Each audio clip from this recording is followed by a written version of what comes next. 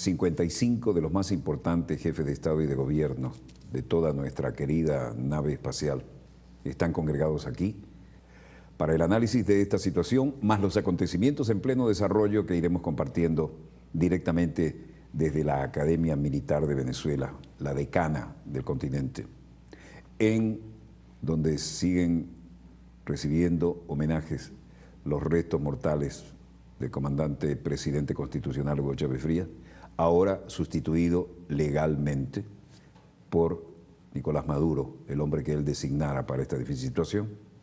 Y por supuesto esto es noticia a nivel internacional y queremos analizarla en conjunto con un viejo camarada, no tan viejo amigo, en el sentido de su experiencia en la política internacional y en la diplomacia. Ha estado en todas las principales embajadas del mundo, ha sido ministro de Relaciones Exteriores y ahora es nuestro embajador permanente ante la Organización de Estados Americanos, mientras esta cosa sirva para algo. Bienvenido, querido hermano Roy Chatterton Matos. Gracias, Walter. Buenas noches. Buenas noches. La situación no deja de ser... Malas noches. Mala noche, ¿no? ¿Cómo la interpretas así? ¿Cuál es tu lectura? Por rutina uno tiende a responder que todo anda bien o le pregunta a la gente cómo está, pero en este momento uno tiene que decir que está muy mal, que las noches y los días son muy malos. Tenemos una pérdida muy grande. Sí. Nadie pretende que estar con los despojos mortales del comandante Hugo Chávez Frías, presidente constitucional, siendo velado en este momento en la Academia Militar, la casa de sus sueños azules, es una situación para sentirnos alegres. Pero sin embargo yo siento una alegría como ciudadano por la demostración de la vitalidad de la Quinta República, la transición en el marco estrictamente democrático, como estaba previsto, el hecho de que sea quien él designó para estar a cargo de la conducción y la inminente avalancha de votos que al margen de la Constitución va a ratificar esto, nos parece que indica un buen viento de popa, ¿no?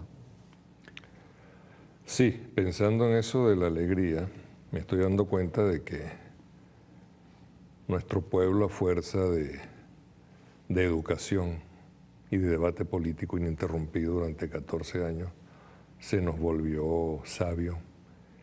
Y ocurre que lo que estamos haciendo en medio de este dolor y de este duelo es celebrando la vida de Chávez, que es celebrando la vida de esta Venezuela que nos deja, que construyó a partir de su liderazgo y su pensamiento. Por eso podemos considerarlo hoy el libertador del pueblo. A mí me impresiona, porque lo viví personalmente, una cosa es oírlo a través de los medios de comunicación y otra estar allí. Las colas noche y día tras día, kilómetros de cola, gente que ha esperado 8, 10, 12 horas bajo un sol como es el generosísimo sol de Venezuela. Un sol de castigo, dirían los europeos en sus novelas de navegantes por el Caribe.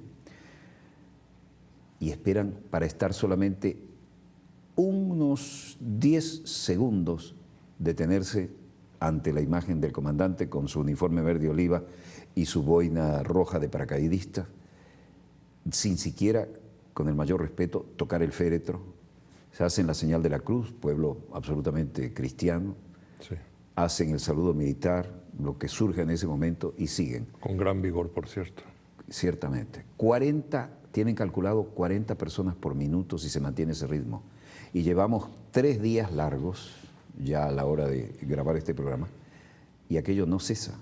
No se sabe cuándo va a terminar este río humano a rendirle tributo. Sabes que es primera vez que se llenan los próceres, pero los próceres no solamente el área de los desfiles, donde antes se llenaban las tribunas y las gradas, pero no el pavimento. Pero ocurre que desde la bandera o quizás más atrás hacia los ilustres, hasta el Indio, en el extremo, bueno, creo que oeste de la vía, está completamente lleno. Pero no solamente eso, las adyacencias, las otras adyacencias de la Academia Militar, de la Universidad Militar, están completamente llenas de gente haciendo cola. Es algo impresionante. Para decirlo en lenguaje común, es una marea humana. Hoy Isaías Rodríguez me hablaba de un río crecido. Es un río crecido, pero un río grande, es un Orinoco desbordado, lo que estamos viendo en Caracas, que de suyo es un mensaje para aquellos, para los incrédulos. Entonces aquí hay que repetir aquello del que tenga ojos que vea y el que tenga oídos que oiga, porque el ruido del pueblo es música para los oídos de los demócratas y de los revolucionarios. Y para quienes nos ven desde el exterior y tal vez no sepan de qué hablamos cuando hablamos de los próceres y los ilustres, ¿no? Eso es un complejo arquitectónico y urbanístico de muchos kilómetros. Es casi una ciudad dentro de la ciudad, de una enorme belleza. Y tengo el testimonio que suelo citar de cuando el general Charles de Gaulle lo pasearon por allí, como viejo general que era, mostrándole las instalaciones militares, incluyendo el círculo militar, las áreas deportivas, las academias, la gran avenida de los desfiles, los grandes monolitos. Se asombró y dijo, Francia, con todas sus responsabilidades militares, no tiene instalaciones como esta, ni de esta calidad, ni de este tamaño. El viejo general siempre tenía el juicio certero y esta vez resultó pequeño todo esto, lo que tenemos. Sabes que en la parte, perdón, en la parte del mundo que yo conozco no he visto nada parecido. Es un diseño, una concepción más que un diseño espectacular, hecho con una visión de futuro. Se le debe a un arquitecto venezolano llamado Luis Malaucena, que por haber hecho o concebido eso durante Pérez Jiménez, pues cayó en desgracia. Y como sabemos, durante la democracia representativa nos dio por castigar a las obras de la dictadura. Y entonces los próceres estaba completamente deteriorado, abandonado, maltratado, y ha sido la revolución la que lo ha rescatado para el disfrute espiritual, visual y físico de los venezolanos que acuden allí a observar los impresionantes desfiles militares que hacemos o a hacer deporte, a pasear, a enamorarse inclusive, porque el lugar es maravilloso para eso. El lugar siendo de inspiración castrense y concita los amores de todas las parejas adolescentes, jóvenes y no tan jóvenes. Exactamente. Y además, hablando de la ingratitud con las cosas buenas anteriores a la Cuarta República, ¿no? Recuerdo el IBIC, es otro, el llamado brujo de Pipe, Fernández Morán, al que los Estados Unidos le garantizaron el Premio Nobel de Ciencias si se hacía ciudadano, y dijo no, y siguió viviendo en Suecia, y ya que yo tuve el honor y el privilegio enorme de entrevistarlo, la única entrevista, donde dijeron 10, 15 minutos, un Mateo, dale un Mateo ahí, tú sabes. Lo entrevisté más de una hora y nadie se atrevía a cortar la entrevista en el viejo Canal 5, allá en el Cerro Marín. Gracias a... En ese momento, con la dictadura, había solo 2 países en América Latina punteros en la ciencia atómica, Argentina y nosotros. Sí. Y se hablaba del eje Caracas-Buenos Aires. Siempre nos quieren meter el sello los poderes hegemónicos, ¿no? Como había independencia, nada menos que en la tecnología nuclear, el eje Caracas-Buenos Aires. Bolívar y San Martín. Pérez Jiménez a su manera con Perón. Perón recibió asilo político acá cuando logró escapar de los militares argentinos. Y aquí se le hizo un atentado. Así es. Allí en la esquina de Paradero, creo que se llama, o esquina de Venus a Paradero. Y se me está cayendo la cédula, pero eso es inevitable. Somos coetáneos, Sí, señor. Así que solidarios. Y Kirchner, Chávez, Kirchner. Así es. Es una constante en nuestras relaciones internacionales. Son como 2 países predestinados a encontrarse para hacer historia. Como el abrazo de San Martín y el libertador Simón Bolívar, ¿no? En Guayaquil. Bueno, tú sabes que en mi oficina hay un... Perdona que te interrumpa, no había CNN en la época, pero las intrigas fueron iguales. No, viajaban a menor velocidad, Sí. pero no eran menos ponzoñosas. No. Sí. Es decir, los malos también se repiten a sí mismos. Tú sabes que en mi oficina hay un Simón Bolívar rarísimo, pintado por la hija de San Martín, basado en una imagen de Simón Bolívar que San Martín estuvo en su dormitorio hasta el momento de su muerte en el exilio en Boulogne-sur-Mer. Otra muerte del exilio. Una serigrafía numerada que me otorgó el gobierno argentino después de mi cobertura de la Guerra de las Malvinas. Y hablo en primera persona porque soy uno de los pocos que puede decir estuve en las Malvinas. No me dejaron ir. Aguirre Lanari acá era embajador y dijo, vamos, lo mejor que puedes hacer es para ayudarnos a seguir informando como estás informando, pero sí, no vas a poder ir allá porque está bajo control de los militares. Bueno, al final fui bajo control de los británicos. Y le dije, pero ustedes están equivocadísimos, yo estaba del lado argentino. Yo, no importa, confiamos en su equilibrio informativo y queremos que vaya. Y todavía estamos técnicamente en guerra, ¿no? Llegamos escoltados por aviones de caza y todo eso. Sí. Tu experiencia, ¿cómo la viviste esos años? Ahora que hablamos de la integración latinoamericana con motivo de esta infausta noticia, estamos hablando y están los funerales del presidente Chávez. Yo he podido ver el desarrollo de todos estos procesos de integración, porque además hay una circunstancia. Antes hablábamos mucho de eso, era normal entre nosotros por nuestra propia cultura integracionista, pero hacíamos poco. Por ejemplo, las reservas nacionalistas reaccionarias pues estaban a la orden del día cada vez que se intentaba tomar decisiones dentro de los procesos de integración que ya habían sido establecidos. El caso del Pacto Andino es un ejemplo de cómo se ha vivido eso. Y hoy yo estaba haciendo una reflexión viendo esta marejada de jefes de Estado y de gobierno. Y la primera guardia lo hicieron jefe de Estado y de gobierno del CELAC. Y me puse a pensar, Dios mío, segunda vez en menos de 3 años, Chávez en vida reunió a todo el CELAC, a todos los países miembros del CELAC, y en su trascendencia, después de la vida o en la otra vida, nuevamente Chávez reúne al CELAC.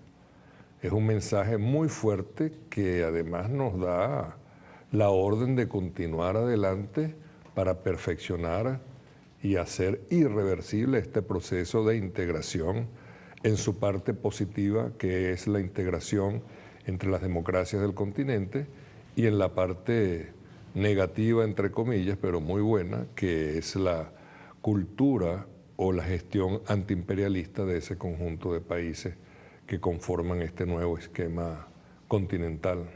Y absolutamente a contrapelo con esos intereses neoimperialistas, ¿no? Así es. Yo llegué a contar 55 delegaciones de alto nivel, jefes de Estado o de gobierno, ¿no? ¿Qué impresión te da eso? Todas las noticias satélite estaban, ya superamos la cobertura del cónclave del Vaticano y primero está Caracas, Venezuela.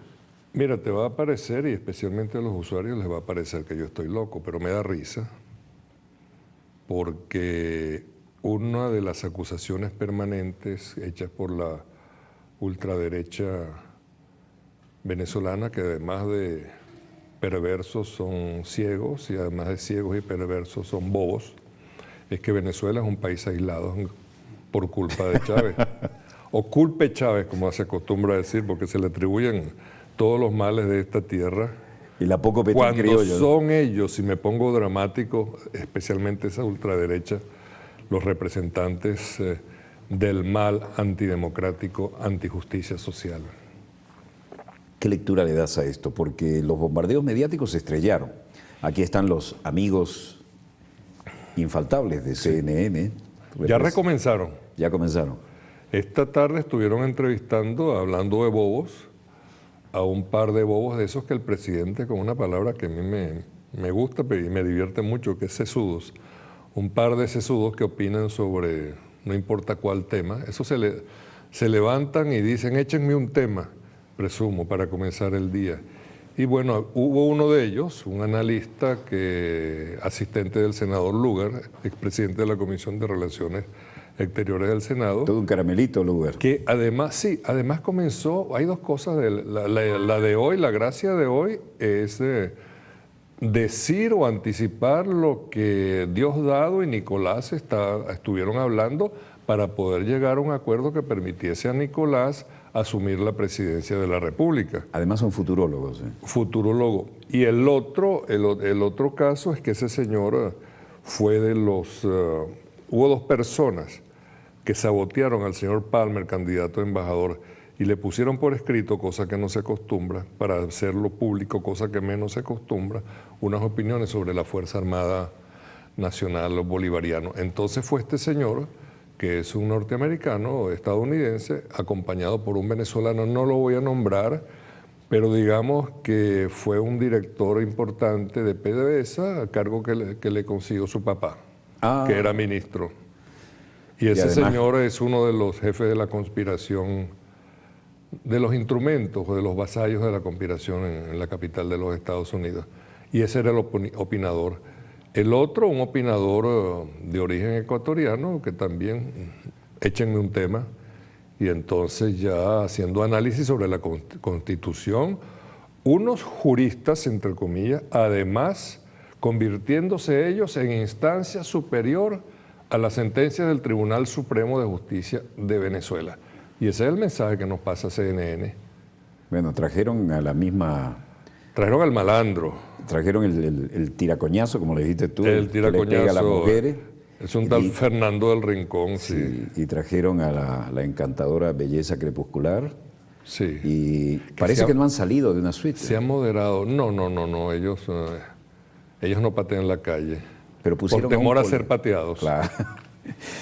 Yo les dije, aquí no tratamos mal a los periodistas. Sí. Salgan, capten a la gente. No le tienen miedo a la gente. Pero pusieron a un buen profesional de la hermana República de Colombia que trabaja para ellos a hacer la tarea de campo, salir a patear la calle, ¿no? Entonces hablaba de nuestras peculiaridades económicas, ¿no? Sí. Porque esta guerra informativa es parte de la guerra moderna, ¿no? Sí. Y no es casualidad todo esto. Entonces mostraba una botella de agua, pero con lo que cuesta esto se llena un tanque de gasolina. ¿Y cuál es el problema? En el país que tiene las mayores reservas que tengamos gasolina barata. Es que no quieren que tengamos nada barato. Eso va contra el neoliberalismo. Yo digo, ¿por qué no estudia las peculiaridades económicas de cómo florecen los dólares en manos de las damitas jóvenes y de algunos efebos cerca de las 7 bases norteamericanas? Sí. ¿Y por qué les dan esos dólares a cambio de qué favores, ¿no? Eso pasa por allí. En Japón sabe mucho de eso. Por allá Japón sabe de eso. En Okinawa, por ejemplo, en Guam. Acaban de violar 2 estadounidenses a otra dama japonesa. Serán liberados. Serán liberados porque además han firmado... por lo menos la hermana República han firmado el compromiso de que no pueden llevar a juicio a ningún soldado estadounidense, haga lo que haga en territorio colombiano. Sí. Es extraño de entender esto. Y en cuanto a la guerra mediática, de Fox ya no vale la pena ni hablar, ¿no? Pero, ¿cómo ves esta campañita que nos sigue dedicando los cleptómanos de Atlanta, ¿no? Bueno, aparte de fusilarse a Dossier, seguirán la guerra mediática y ahora será contra Maduro. Ahora, claro, ahora tienen que cambiar por lo menos el personaje, aunque el libreto tal vez tenga... Están buscándole flancos débiles. Buscándole flancos, sí. O objetables al gusto de ellos. Claro. Hoy tuve en mis manos el billete que el comandante que hoy recordamos y lloramos le apostó a Bush, diciendo, le ha puesto $1. A ver quién sigue aquí, ¿te acuerdas de eso? Lo tuve en mis manos, lo tiene un oficial superior, como recuerdo, que fue el que se lo pasó, y además le puso su firma. Le digo, si tú fueras un estadounidense, estarías poniendo esto en alguna de las casas de subastas y tendrías una fortuna. Pero como tú eres un soldado bolivariano, no te vas a desprender de esto nunca, es jamás. Lo va conmigo aquí. Una fortuna tiene en sus manos. Ay, Dios. El enterrador del Alca. ¿Qué impresión te da? Está impresionante, impresionante. Marea humana, llevamos días, pero no es que se van de noche, es día y noche. 8, 10, 12 horas, a veces bajo un sol de castigo, para estar 10 segundos máximo, 15, en el mejor de los casos 20 segundos, delante del féretro, saludarlo, todos se hacen la señal de la cruz, el saludo militar, sean civiles o militares. El pueblo agradecido a su libertador. Ahora, en cuanto a la multitud déjame jugar un poquito con el lenguaje. Los chavistas, los que pretendemos ser conocedores de la realidad de nuestro país, esperamos un gentío, pero nunca esperamos muchos gentíos. Y perdona que use, Sí, no. que me exprese de esta manera, muchos gentíos. Es lo que ha identificado en estos días a Venezuela ante el mundo y ha hecho callar o poner sordina a todos los que nos agreden, a todos los que nos maldicen y nos vilipendian, nos difaman, están a la defensiva. Pero eso no quiere decir, ese es un respirito y de todas maneras ya la señal la dio CNN con esta participación de sesudos. Sí, los sesudos es una característica de CNN. Aparte de robarse los eslogans. Pero aparte de los nuestros, de la ultraderecha, tenemos nuestros sesudos también. Claro. Eso, repito, esos sesudos que juraban que Venezuela estaba completamente aislada por, vamos a decirlo en venezolano, culpe Chávez. Culpe Chávez. Culpe Chávez. El coloquialismo que se ha vuelto un símbolo y que con orgullo lo decimos porque viene de lo profundo del pueblo. Sí. ¿No? No es culpa de Chávez, es culpe Chávez. Bueno, además de haberse robado acontecimientos en pleno desarrollo, le dio vergüenza de la última vez que hablamos para acá, ahora pues solamente se roban en desarrollo, el concepto básico. Sí. Pero ahí están demostrando el antiperiodismo. Llegó la hora de un corte, volvemos de inmediato con más acontecimientos en pleno desarrollo.